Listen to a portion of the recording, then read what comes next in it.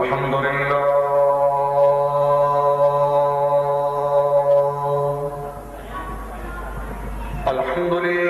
نحمده ونستعينه ونستغفره ونؤمن به ونتوكل عليه ونعوذ بالله من شرور أنفسنا ومن سيئات أعمالنا من يهده الله فلا مضل له ومن يضلله فلا هادي له ونشهد أن لا إله إلا الله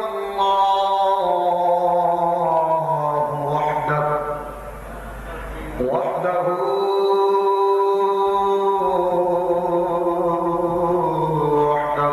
لا شريك له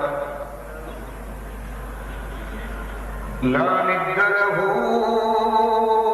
ولا حد له ولا زوجة له ولا ولد له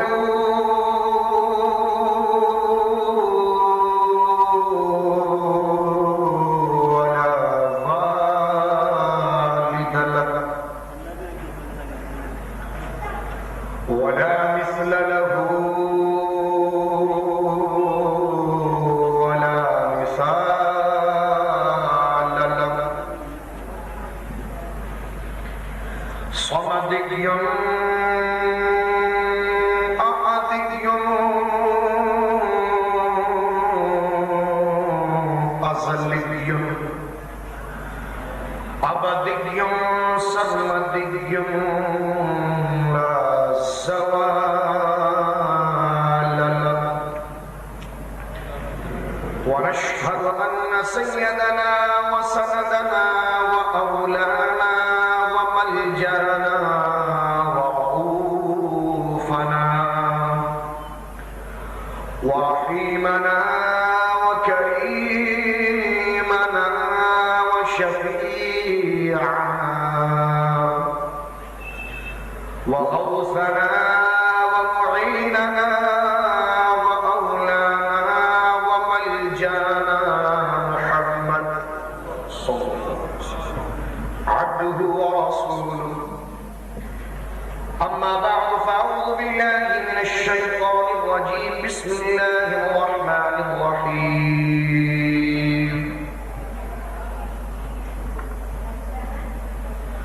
محمد رسول الله والذين معه أشداء على الكفار آمنت بالله صدق الله العظيم ببركة إن الله وملائكته يصلون على النبي يا أيها الذين آمنوا صلوا عليه وسلموا تسليما موضوع ہمارا ہے صحابہ کرام کے عقائد و نظریات کیا ہے، تاکہ اس کو پیش کر کے ہم اپنے عقید و نظریات کی تصحیح کر سکیں۔ تو یہ قابل رشک اور قابل اصلاح موضوع اور ایمان افروز موضوع ہے، اور سرکار علیہ الصلوۃ والسلام کی حدیث مبارکہ ہے کہ کل امر ذی بال لم یبدا فیہ بحمد اللہ والصلاۃ علیہ فهو اقطع وممحو من کل برکہ، او کما قال علیہ الصلوۃ والسلام۔ آقا فرماتے ہیں کہ ہر وہ کام جس کی ابتدا اللہ کی تعریف، اس کی حمد، اس کی سبوحیت کو بیان کیے بغیر اور مجھ پر درود پڑھے بغیر کی جائے، وہ کام برکتوں سے خالی ہوتا ہے۔ دیکھیے آج آپ نے اتنا قیمتی وقت صرف کیا ہے اپنا، اور اپنے استراحت کے مقام کو چھوڑ کر آپ یہاں پر ذکر مصطفیٰ سننے کے لیے جمع ہوئے ہیں، تو چاہیے کہ حدیث پاک میں جس بات کی وعید بیان ہوئی ہے اس سے ہم بچیں، اور جس بات کی فضیلت بیان ہوئی ہے کہ برکت اسے ہی نصیب ہوگی جو اللہ کی حمد کرے اور مجھ پر درود پڑھے۔ اللہ کی حمد پر میں نے آپ کے سامنے اتنا لمبا خطبہ بھی پیش کیا، آئیے مل کر سرکار علیہ السلام کی ذات اطہر پر بابا بلند درود پاک پڑھتے ہیں. میں درود پاک پڑھاتا ہوں، آپ حضرات اس کا تلفظ کیجئے میرے ساتھ مل کر، لیکن دل کی گہرائیوں سے نبی پاک کی محبت کو ملحوظ رکھتے ہوئے. اور قیامت کے دن اللہ رب العزت کے قہر کو اگر کوئی چیز ٹھنڈا کرے گا تو نبی پاک کی شفاعت ہے.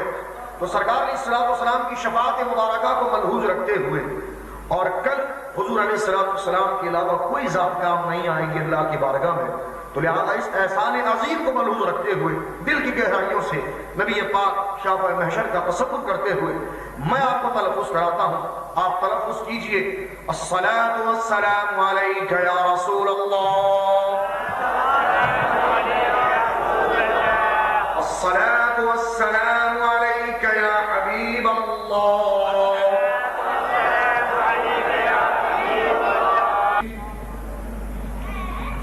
حمد و صلات کے بعد اسٹیج پہ تشریف فرما معززین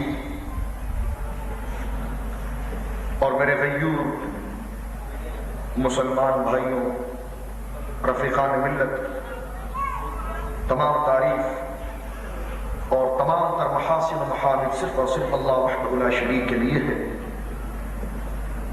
ہماری آج کی تقریب سعید ہمارے شاہد بھائی کی والدہ مرحومہ رحمت اللہ علیہا کی سال ثواب کی سلسلے میں منعقد ہوئی ہے.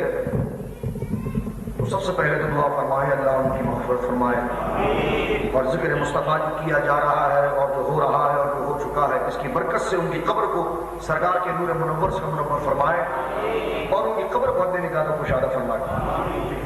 اور یہ محفل خیر الحمدللہ میں خراج تحسین پیش کرتا ہوں عثمان آباد کے اس علاقے پر، خصوصاً مولانا غلام نبی صاحب کو، کہ انہوں نے لوگوں کے ایمان کی اصلاح کے لیے، صحیح عقیدے کی ترویج اور اشاعت کے لیے، صحیح عقیدے کی شناسائی کے لیے آج یہ ایمان افروز تقریب منعقد کی ہے. تو دعا فرمائیے اللہ رب العزت ہماری حاضری اپنی بارگاہ میں قبول فرمائے. میں دو حدیث پاک پیش کر کے اپنے موضوع کی طرف آؤں گا. آج جو ہمارا موضوع، جس طرح کہ ہمارے جناب محسن شکیل قادری صاحب مدظ اللہ علیہ نے شاہ فرمایا کہ صحابہ کرام کے عقائد و نظریات کیا تھے، ان کا عقیدہ کیا تھا. قرآن نے ان کی طرح ایمان لانے کو کہا ہے، اپنی طرف سے کوئی 1.5 فٹ کی مسجد بنانے کی قرآن نے اجازت نہیں دی، بلکہ یہی کہا کہ وَإِذَا قِيلَ لَهُمْ آمِنُوا كَمَا آمَنَ النَّاسُ، ایمان اس طرح لاؤ جس طرح کے صحابہ نے لایا. ٹھیک، تو اس موضوع کی طرف آنے سے پہلے میں اس محفل کی فضیلت بتاؤں تاکہ شیطان آپ کے ذہن میں وسوسہ ڈال کر آپ کے خیال کو متغیر نہ کر سکے. نبی پاک صلی اللہ علیہ وسلم کی حدیث مبارکہ ہے جس کو خاتم المحدثین، عمدۃ المتکلمین، والدین ملت والاسلامیہ امام جلال الدین سیوطی رحمت اللہ تعالی علیہ اپنے حدیث پاک کے مجموعہ جامع الصغیر کے اندر نقل فرماتے ہیں. جس حدیث پاک کے 2 ٹکڑے میں آپ حضرات کے سامنے پیش کر رہا ہوں تاکہ اس فضیلت کو دیکھیے. آپ کا یہاں پر بیٹھنا ضائع نہیں ہے، ذکر سن رہے ہیں، آئے ہیں، یہ کیا چیز ہے. سرکار علیہ السلام نے ارشاد فرمایا ذکر الانبیاء عبادہ و ذکر الصالحین کفار، کہ انبیاء کرام کا ذکر خیر کرنا یہ عبادت ہے، اور اللہ کے محبوبین اور مخلصین کا ذکر خیر کرنا یہ گناہوں کا کفارہ ہے. آج ہم اللہ کے انبیاء کا بھی ذکر کرنے کے لیے الحمدللہ جمع ہوئے اس کی توفیق سے، اور آج الحمدللہ ہم اللہ کے محبوبین کا ذکر خیر کرنے کے لیے جواب ہوئے ہیں.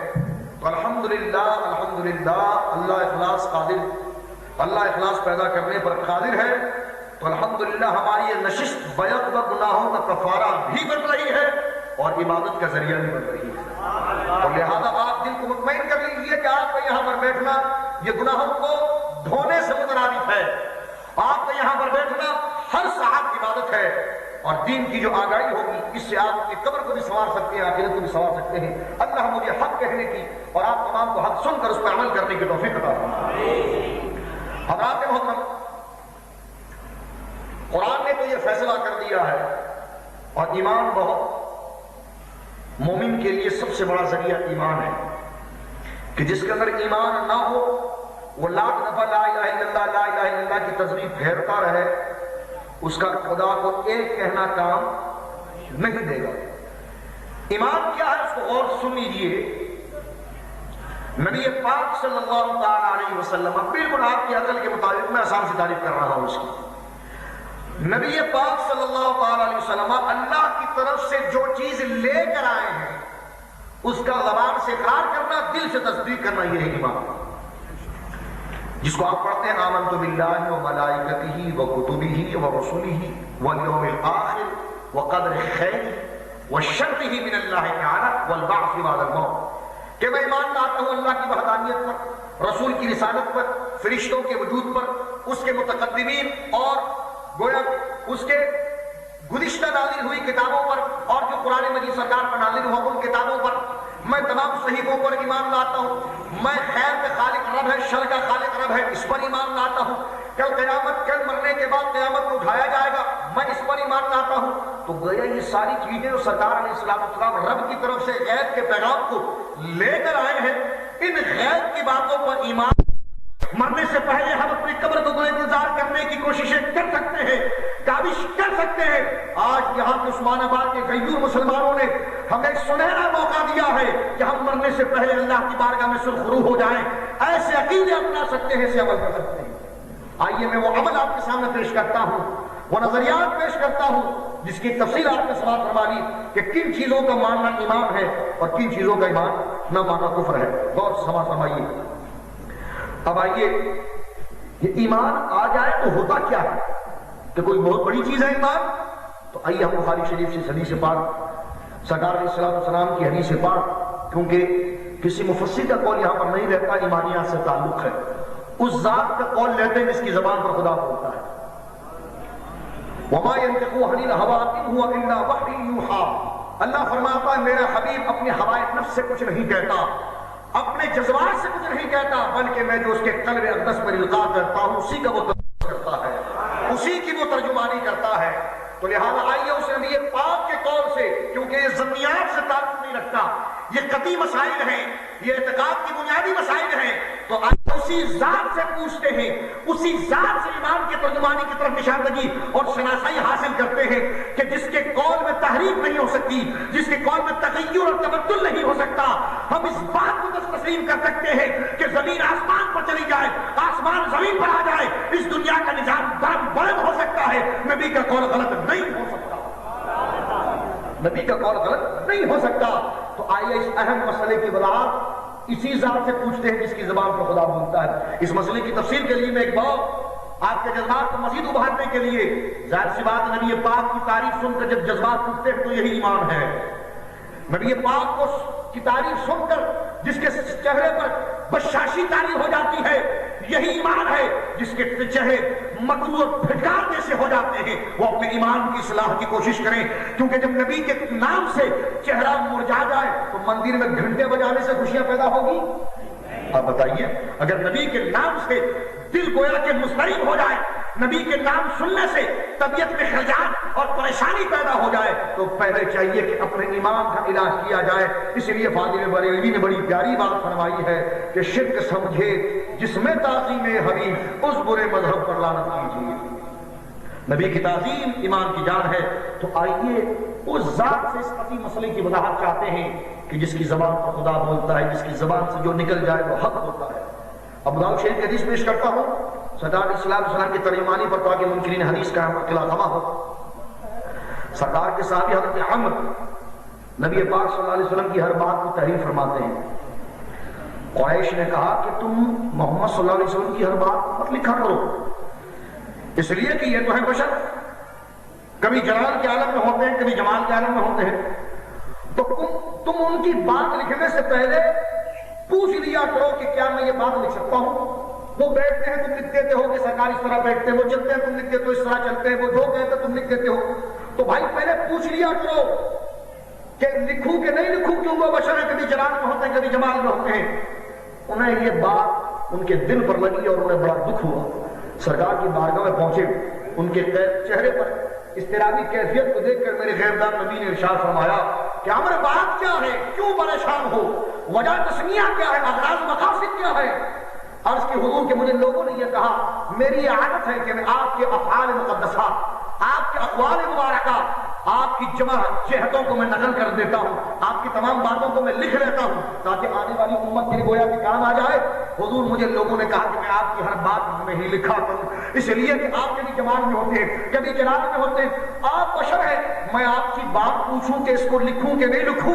اب دیکھیے میرے حبیب پاک نے کیا ارشاد فرمایا، میرے حبیب پاک فرماتے ہیں اکتب، لکھ لیا کر میری ہر بات، ما اخرج من فمی الا الحق، او کما قال علیہ الصلوۃ والسلام، کہ رب قدوس کی قسم اس زبان سے حق کے سوا کچھ نہیں نکلتا، میری ہر بات لکھ لیا کر، اس زبان پر خدا بولتا ہے، اس زبان سے حق کے سوا کچھ نہیں نکلتا، اس زبان سے وہی کلمات تلفظ ہوتے ہیں جس میں رضائے الہی ہے، یہ زبان اٹھے تو توحید ہے، یہ زبان اٹھے تو شریعت ہے، یہ زبان اٹھے تو اسلام ہے، یہ زبان اٹھے تو ملت ہے، یہ زبان اٹھے تو دین ہے۔ کسی شاعر نے بڑی خوب بات کہی کہ وجود انسانیت ناخلم ساج بس پر، ارے تیری عظمت کا باعث ہے محمد کا بشر ہونا، تیری عظمت کا باعث ہے محمد کا بشر ہونا۔ تو میرے عزیزوں میں عرض کر رہا تھا کہ اس اہم مسئلے کی وضاحت ہم کسی عالم کی بارگاہ میں نہیں جاتے ہیں، کسی مفسر کے پاس نہیں جاتے ہیں، کسی محدث، کسی پیر، کسی بزرگ، کسی مشائخ کی بارگاہ میں حاضر نہیں ہوتے ہیں۔ اس قطعی مسئلے کے لیے آئیے میں اور آپ نبی پاک سے پوچھتے ہیں، حضور ایمان کیا چیز ہے؟ حضور اس سے حاصل کیا ہوتا ہے؟ بخاری شریف جلد نمبر 1 کتاب الایمان کی ابتدائی احادیث میں سے ہے۔ اب دیکھیں ایمان کا مقام کیا ہے۔ جس کا دل ایمان سے بھرا ہوا ہو، جس کا دل ایمان سے بھرا ہوا ہو وہ تو نور علی نور ہے، لیکن میرے آقا فرماتے ہیں جس کا انتقال ہوا اور اس کے دل میں ایمان رائی کے دانے کے برابر تھا، بخاری شریف، اس کے دل میں ایمان رائی کے دانے کے برابر تھا۔ لوگوں کو یہ مت کہو کہ اللہ قہار و جبار ہے، لوگوں سے یہ کہو کہ وہ رحیم ہے تاکہ وہ نماز پڑھنے جائے۔ اللہ سے ڈراؤ مت تاکہ اس بات سے باغی ہو کر بھاگ جائے، بلکہ دیکھو شان کبریائی کیا ہے، اس کی شان قدوسیت کیا ہے، جب وہ نماز نہیں پڑھاتا ہے تو کیسا نوازتا ہے۔ میرے آقا فرماتے ہیں جب بندے کا انتقال ہو، اس کے دل میں ایمان رائی کے دانے کے برابر ہو، وہ اپنی بدعملیوں کی وجہ سے جہنم میں ڈال دیا جائے گا۔ پھر اللہ حکم فرمائے گا کہ میرے فرشتوں، میرے اس بندے کو جہنم سے نکالو جس کے دل میں ایمان رائی کے دانے کے برابر تھا۔ میرے آقا کہتے ہیں جب اس بندے کو نکالا جائے گا، اللہ ہم تمام مسلمانوں کو محفوظ فرمائے، جہنم کی آگ سے اس کا جسم جل کے بالکل کوئلے کے مانند ہو چکا ہوگا۔ اللہ رب العزت کی غیرت میں گوارا نہیں ہوگا کہ سزا تو اس کو مل چکی ہے، لیکن ایمان اس میں تھا، رائی کے دانے کے برابر تھا۔ اب رب کی غیرت اس بات کو گوارا نہیں کرتی کہ اس کالے جسم کے ساتھ اس کو موریوں میں شامل کر دیا جائے، بلکہ میرے آقا فرماتے ہیں اللہ نے ایسے بندے کے لیے ایک نہر بنائی ہے جس کو نہر حیات کہتے ہیں۔ اللہ فرشتوں کو حکم دے گا کہ جاؤ میرے اس بندے کو اس نہر میں غوطہ دلواؤ۔ فرشتے لے جا کر اس بندے کو اس نہر میں غوطہ دلوائیں گے، غوطہ دلوا کے جب نکالیں گے، میرے آقا فرماتے ہیں غوطہ دلوانے کے بعد اس بندے کے جسم سے تازہ سفید چمکتا ہوا شفاف گوشت ایسے اگے گا جیسے دریا کے کنارے سبزہ ہوگا۔ تو اب آپ دیکھیے ایمان اگر رائی کے دانے کے برابر ہو، ایمان رائی کے دانے کے برابر ہو تو اس کے مقام اور اس کے علو کا یہ شان ہے۔ اللہ اکبر۔ آج ہم اپنے نشست میں بیٹھے ہیں، اگر ہم صحابہ کے عقیدے سے اپنے عقیدے کو ملا کر اپنی تصحیح کر لیں اور پورا دل ایمان سے بھر جائے تو پھر شان ہی کیا ہے، بات ہی کیا ہے۔ تو میں خراج تعظیم پیش کرتا ہوں علاقے والوں پہ کہ انہوں نے اتنی اچھی تقریب رکھی ہے تاکہ اتنے اہم موضوع جو اصل چیز ہے ہم اس کو سمجھ سکیں۔ دیکھیے اب یہ تو ایمان کا ذریعہ ہے، اب ایمان کس طرح لایا جائے؟ کیونکہ ایمان کے لیے کوئی ایک آئیڈیل ہونا چاہیے، کوئی شعار ہونا چاہیے، کوئی تشخص ہونا چاہیے۔ آپ سے کوئی کہے جناب فلاں چیز بنا کر لاؤ تو آپ کہیں گے بھائی پہلے اس کا ڈیزائن تو بتائیے، پہلے اس کا ڈرائنگ کیجیے، آپ اس کا ڈیزائن بتائیے، اس کی ڈائی بتائیے، اس کا سانچہ بتائیے، اس کا کوئی تشخص بتائیے، اس کا کوئی جسم بتائیے، اس کی کوئی حیت و کیفیت بتائیے تاکہ ہم دیکھ کر گویا کہ اس کو اپنے صنع کر کے اس کی تخلیق کر سکیں، اس کو بنا سکیں، اس کو ترتیب دے سکیں۔ تو اگر رب کی بارگاہ میں پوچھے کہ مولا ہمیں تو پتا چل گیا کہ ایمان یہ ہے اور ایمان ان چیزوں کو ماننے کا نام ہے، بے شمار ایسے لوگ ہیں کہ جناب جو ان چیزوں کو مانتے ہیں، اللہ کو مانتے ہیں، اللہ کو ماننا ایمان ہے، اللہ کو ماننا ایمان ہے، رسول کو ماننا، قیامت کو ماننا ایمان ہے نا؟ لیکن یہی قرآن کہتا ہے کچھ لوگ یہ ساری چیزیں مانتے پھر بھی مومن نہیں ہیں۔ پہلی آیت آپ سنیے تاکہ ہم اپنے موضوع کی طرف چلیں۔ قرآن کہتا ہے وَمِنَ النَّاسِ مَن يَقُولُ آمَنَّا بِاللَّهِ وَبِالْيَوْمِ الْآخِرِ وَمَا هُمْ بِمُؤْمِنِينَ۔ محبوب کچھ لوگ ایسے ہیں جو کہتے ہیں ہم اللہ کو مانتے ہیں، محبوب کچھ لوگ ایسے ہیں جو کہتے ہیں ہم نے رب کو مانا اور آخرت کے دن کو مانا۔ آپ کیا فتویٰ دیتے مسلمان ہونا چاہیے؟ جو کہتے ہیں اللہ کو مانتا ہوں مسلمان ہے کہ نہیں؟ مل کر کہیے۔ جو کہتے ہیں قیامت کو مانتا ہوں مسلمان ہے کہ نہیں؟ ہے نا؟ لیکن قرآن یہاں پر کیا فتویٰ دیتا ہے وَمَا هُمْ بِمُؤْمِنِينَ، رتی بھری معلوم کے اندر نہیں، وہ مومن نہیں ہے۔ آپ کہیں گے جناب رب کو مانتا ہے مومن نہیں ہے، قیامت کو مانتا ہے مومن نہیں ہے۔ ابھی آپ نے پڑھا تھا آمنت باللہ وملائکتہ، ساری ایمان کی علامت تو آپ نے بتائی تھی، اور اب قرآن کہہ رہا ہے کہ جناب وہ اللہ کو مان رہا ہے، وہ آدمی قیامت کو مان رہا ہے پھر بھی مومن نہیں۔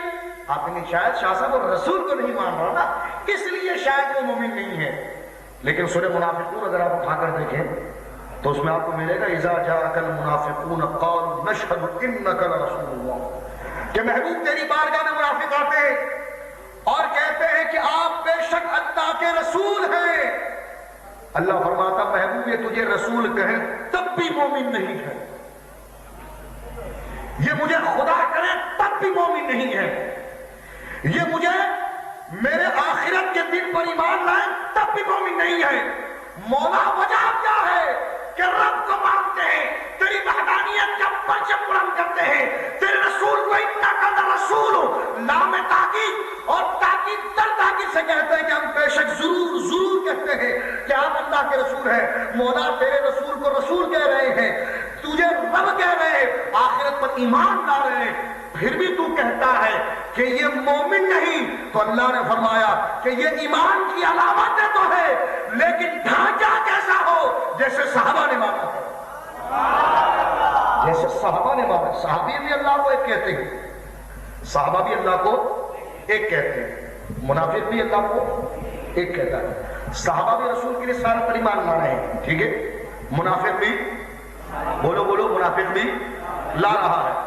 صحابہ بھی کہہ رہے ہیں کہ اللہ نے جو قیامت کا دن بنایا ہم اس پر ایمان لاتے ہیں، منافق بھی کہہ رہا ہے کہ ہم ایمان لاتے ہیں۔ اب یہ عجیب بات ہے، اللہ ان کو مومنین فرما رہا ہے، ان کو منافقین فرما رہا ہے۔ مسئلہ کیا ہے، ہیت کیا ہے؟ آئیے اسی طرف میں لے چلتا ہوں میرے عزیزو، اس نقطے کو سمجھ لو، ایمان ساتھ میں لے کر جاؤ گے۔ خالق اللہ اللہ کرنے سے اللہ نہ ملے، اللہ اللہ کرنے سے اللہ نہ ملے۔ میں نے قرآن کی آیت آپ کے سامنے پڑھی ہے کہ صحابہ بھی اللہ کو مان رہے ہیں، وہ تو مسلمان ہو جاتے ہیں، وہ دوسرے لوگ اللہ کو ایک کہہ رہے ہیں پھر بھی وہ کافر ہو جاتے ہیں، منافق ہو جاتے ہیں۔ تو کیا وجہ ہے؟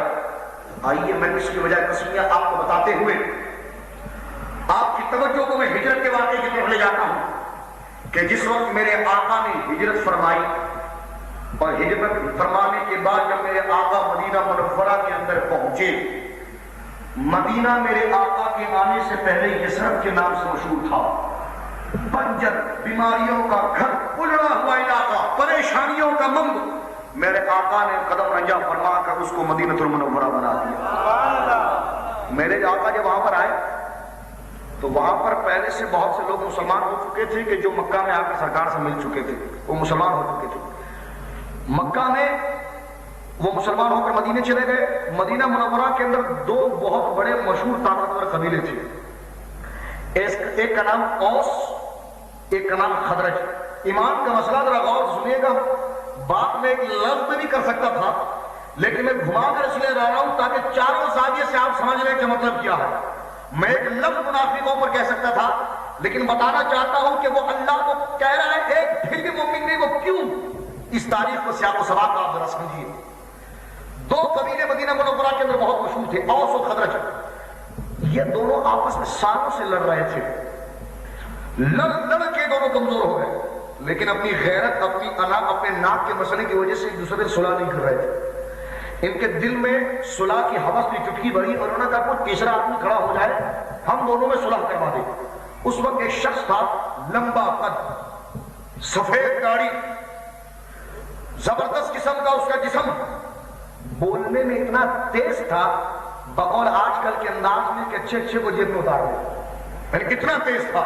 نام اس کا تھا عبداللہ. کیا نام تھا؟ کیا نام تھا؟ اس کے ابا کے بارے میں کوئی پتہ نہیں کہ کون تھا، اس لیے علماء کہتے ہیں عبداللہ بن ابی. عبداللہ باغ والا، یعنی اس کے ابا کا نام تاریخ میں نہیں ملا، تو اس لیے علماء نے اس کو ذکر ہی نہیں کیا. عبداللہ بن ابی وہ اٹھا.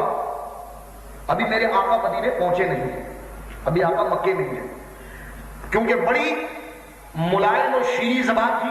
اس میں دونوں قبیلوں میں صلح کروا دی. دونوں قبیلے والے بڑے خوش ہوئے، یہ تو بڑا تیز بندہ نکلا، ہمارے سالوں کی دشمنی ختم کر دی اس نے.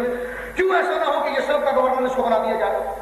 سب نے اعلان کیا، او اس قبیلے والوں، او خضر قبیلے والوں، جاؤ گھروں سے سونا نکال کر لاؤ تاکہ سنہان کو دیکھ کر اس سے سونے کا تاج بنایا جائے. اور بلا کسی الیکشن کے ہم اس کو سلیکٹ کرتے ہیں، عبداللہ بن ابی کو یثرب کا گورنر بناتے ہیں، بڑا حاکم بناتے ہیں. لیکن قدرت کو تو یہ منظور تھا کہ یثرب مدینہ بنے گا اور آقا کے نام سے منظور ہوگا. اور لا اقسم بہذا البلد کی عملی تفسیر بنے گی.